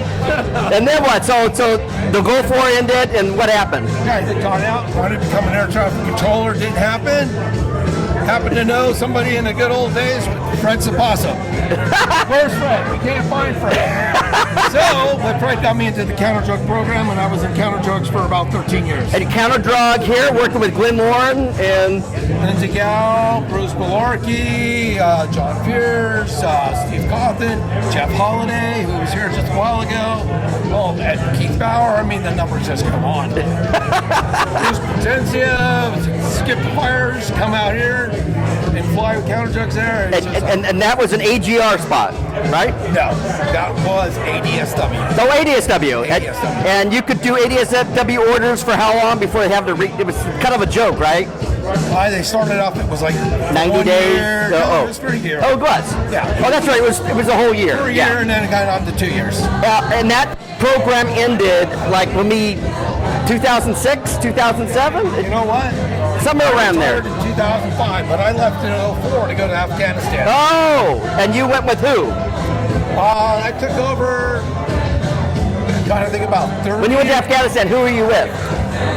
It was a mixed group of people. No, we took a bunch of people from 640th, from the guys that were doing armament, fueling and armament. Oh shit! Okay. Yeah, then we took a couple of people from the air troops from Dini. Yeah. That had their 60 Apache certificates, and then we took a bunch of people from Golf Company, First 140, that were Chinooks. And I took them over to... Right, the Delta schooners, right. Yes, I took them over to Afghanistan, I shipped them off to different locations, and I hung out with Charlie Company, 25th Aviation Regiment, which was attached to 25th ID. And that's in Afghanistan? That was in Afghanistan. And then you came back what year? 2005 and retired. 2005. So the first one ported was still in Iraq. Yes. But back to Ireland and all those people. Yes. And then you were already retired. The time he came back, you were done. So what are you doing?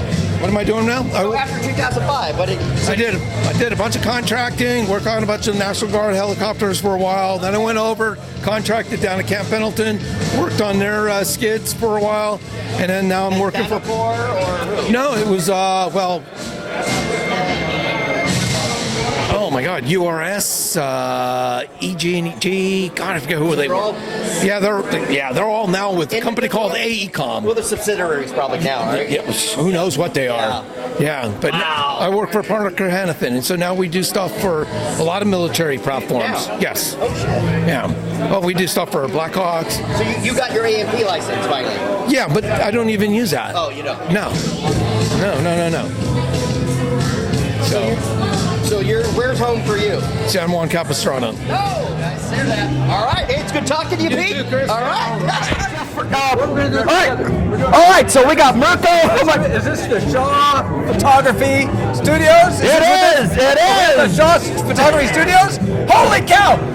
Look who it is! Hi, Mom! It's Colonel Jeff Holiday, retired! And we got Mirko Doviniak, and Mike retired at CW5, right? Yeah. Unbelievable. Affirmative, baby. All right, so that's unbelievable. What did you guys think? Good night? That was an awesome night. Thank you very much. What do you guys think? I think that's a little too close to me. I'm not that kind of guy. I know, Once again, all right, this thing was started for a reason. People used to just evaporate with no thanks whatsoever. And Sven got fed up with that and decided to actually do something. Right, I agree. Besides just talking about it, so he did. It started off as a germ of something, and that germ took root, and it's been growing, and now here we have this. Yeah. So here we are. So there he is. There's the legend. So, Mirko, we went to your retirement. It was over at Chino at the Yanks Air Museum. Yes. What year was that? That was 6 years ago. That is what I'm saying. It's just unbelievable. And Jeff, oh my God! So Jeff just recently retired. Well, I retired just a year after that, 2018. And it seems like time flies, doesn't it? Yeah. It's like we're. Well, COVID-19 kind of screwed up 3 years of our. It's like a deployment, right? It's like when we went to, if you ever deployed to Germany or Korea or whatever, those times are gone. It's the same thing with COVID. So what's going on? So Jeff, you're living where now? What are you doing? I live in Folsom, California, with my awesome, beautiful wife, and we watch grandkids almost every single. Wow. So I'm Grandpa Jeff. Unbelievable. And everything's good with Folsom Dam. There's no issues. It's probably it's at capacity, right? You know, I just recently heard that there's probably an inmate in Folsom that I know and that I should go visit. I just heard that recently. So, was he on the division staff once upon a time? And Mirko, what are you doing? What's going on? Where are you living now? I live in Corona. I do a little still Blackhawk side gig. Some of those old Army Blackhawks that got auctioned off. Various companies have bought them. Like Colson and... Well, yeah. Rod Anderson, who provided the rights today, he has his own Blackhawk, which I did some test flying on. Oh. He's leasing another one. Bruce Polgencio, one of our friends who was deployed with us, does flying for him full-time. I just finished a post-phase test flight a few days ago. Really? And these are out of Corona Airport? Where, Chino? So this was at Fullerton. Some are at Chino. Which is the big base for a lot of the... So he has his own maintenance facility there with his guys. Some of our former guard guys are working for him now. So I do a little kind of, if you want to call it moonlighting or a side gig on occasion as needed, which is enough. I don't want to work too much. I still have a medical issue. Trying to do too much accelerates things. And these aircraft are still officially just experimental, right? Isn't that weird? You can't haul any passengers, right? Are they changing that? So now if you go through a certification process, they can become restricted category, where it can do certain utility work, with some of those restrictions. Right. Wild, huh? Jeff, what do you think? It's awesome. Are you? I don't do any flying. I am retired. I agree. I am retired. I do zero flying. Did you fly today in that Huey? Did you fly? No, I didn't. I fly in my head all the time. My dreams are. I'm just like Charlie McRoberts. Charlie says, "Hey man, hey, we survived. Yeah. Why push it? Why? Any messages? Anything you want to say to them? Yes. Now you have the chance. Yes. A few years ago, I volunteer with a group called the Army Aviation Heritage Foundation, the Black Cobra that gives rides. Yes. We were doing an event, what was it, 5 years ago? I forget now. Same weekend is when the Steve McQueen car show. So Steve McQueen's son, Chad. So the Cobra was going to give rides that day, so I was volunteering, so we did that. I didn't come that year to the Legacy dinner. And about a month afterwards, Kevin Bender had passed away. Oh, yeah. Now, I don't even know if he was here that year. He is. I did a video with him. I have a video. Okay, yeah. so if you haven't seen some of your friends in a while, you may not want to wait because you never know when that window's going to close, and then your chance is gone forever. So that's my parting shot. All right, guys. Thank you very much, Chris. Thanks for doing this. This is fantastic. Hey, I'm Carson Jin. I'm a CW3. I've been in the Guard almost 28 years now, and I'm still drilling. This is the first Legacy reunion I've been to, and it's fantastic. I've seen so many people, old and new, and I appreciate. So what's your MOS? I used to be a 15 Fox, 68 Fox. Explain. Yeah. Okay. And then now I'm a 151 Alpha, which is aviation maintenance technician as a warrant officer. I'm currently with Bravo Company 640th. I've been in 140th and derivatives of the AFFILATION as well. So how much longer are you going to be working? Probably at least another 2 more years, and then I'll reach 40 years of service. Okay. Wow. And you'll be how old? I'll be 57. And then what happened? You become a gray area reservist until, or will you automatically start getting your pension? No, I'll be a retired reserve until 59, and then I'll collect my check. Wow. All right, and then what do you plan on doing once you retire? I'm just going to retire and spend more time with my family. All right, Carson, well, thanks for coming. Thanks a lot, Chris. All right, hey, let me turn this all this. All right, so introduce yourself. My name is John Fisher. All right, so tell us the story. Tell us when did you join the Army National Guard? I left active duty Army in 1991, and I came to Los Alamitos as a 93P in January of 96. All right, so explain to everybody what a 93 Papa is. 93 Papa is aviation operations. So we schedule the flights, we keep the aircrew records, we keep all the flight pubs, anything to do with aviation. And you were in the Army National Guard up until when? When did you retire, or did you? I was here until about 98, and then I went to Fresno to Aviation Brigade, and I was the TOC NCO, AC2, Airspace Command and Control for the Guard up there. And then I left in 2000. I left the Army and I went back to the Air Force where I started.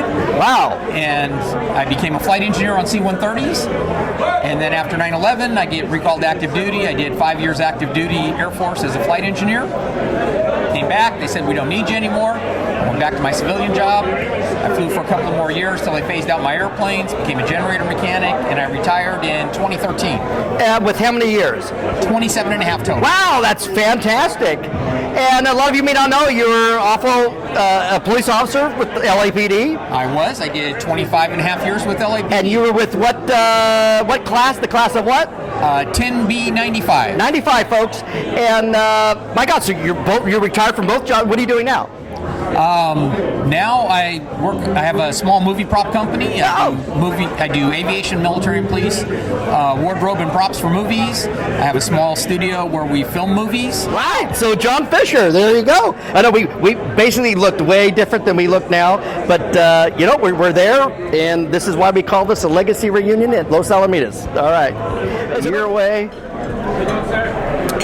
Okay, so I'm here with Raimundo Lopez, and my God, I haven't seen you since, Iraq at FOB Camp Spiker, or I think when we went to Kuwait, we were stuck at Kuwait for weeks. I know you lost your voice, so we're going to put the microphone close to you. How you doing? What have you been up to? I've been pretty good. Everything's been great. I'm actually retired from the Army now. I work for the Department of the Air Force. And one of the highlights that I have recently, I have a 3-year-old and a 2-year-old. So I actually have a late start.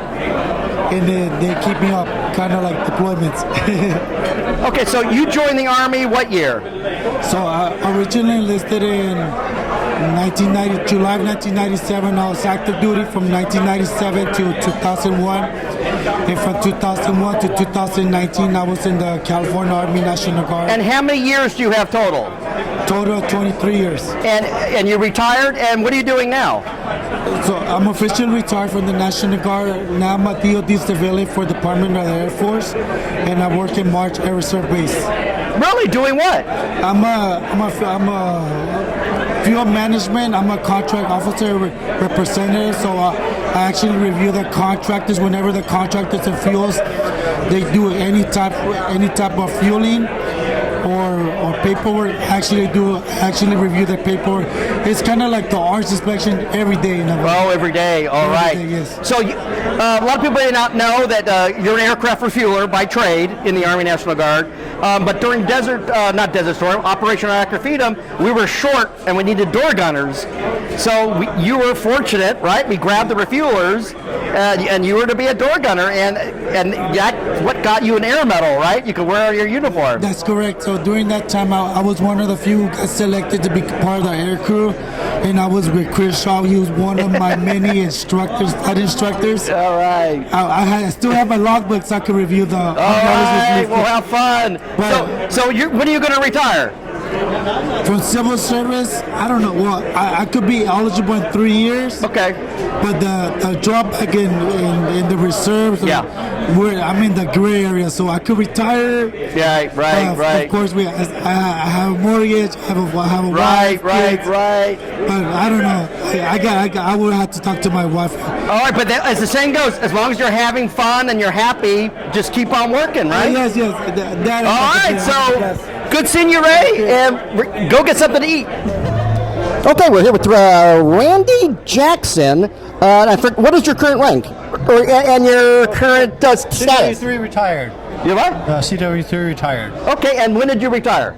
Oh, this has been too long to remember. Okay, and so tell me your story. Okay, so my story is I was active duty. I started off over in Washington doing the 54th Aeromed, and then I got sent off to Egypt for a while. Came back, worked over at NTC, and then I retired active duty out of NTC. And what were you doing at NTC? If anyone doesn't know, that's the National Training Center, which is in Fort Irwin, California. So we were flying Hueys that were mocked up to look like some funky Russian aircraft, and then we were playing war games, basically. With right, so those are the Hueys that were based out of the OP-4 out of Davis-Monthan, right? Not Davis-Monthan, Daggett. Daggett. So basically, NTC had all their aircraft over at the Daggett Airport, and so all the pilots that were assigned there got to live over at the Marine base over next to Barstow. So not exactly a prime piece of property out there, but it was interesting work. Okay, so you left there and you went where? Oh, okay. Oh, yeah, that was active duty, you said? That was active duty, so that's why the retirement is like, okay, well, right. Yeah, that was way back. But, okay. But after that, I tried to get into federal work, and because I had a safety background, I did the ALSI for the shop over here. I ended up getting a GS-10 position as a safety manager for an artillery unit. I actually went out to Oklahoma and was an artillery unit there for about 3 years. Then I landed a job at Edwards Air Force Base. I was a test safety manager for about 5 years, and then I went over to Vandenberg for another 2 years before I picked up Hawaii. Wow, that is pretty amazing, isn't it? So, wow, so you're like a big Air Force guy. It was the luck of the draw as far as jobs, as far as getting back to California, because I didn't all my family was here in California, so Oklahoma was a long motorcycle ride away. And so I wanted to get back to California, and that was a job that was open. And it was great working at such a historical Air Force base. Oh yeah. I got reprimanded for talking Army because you have to learn how to speak Air Force. All right, so you what are you doing now? Oh, I'm retired, and basically I'm working harder as a retired guy than I totally agree. And you never get a day off, right? No. As being right, when you're retired, you don't get a day off. You work. And you're here with your wife. You bring your wife in. And what is your name? Hi, this is Amy Jackson. Okay, great. And this is going to be a lot of fun tonight, right? Oh, absolutely. We expect to. All right, guys. We'll see you later. All right. Okay. Bye. March along.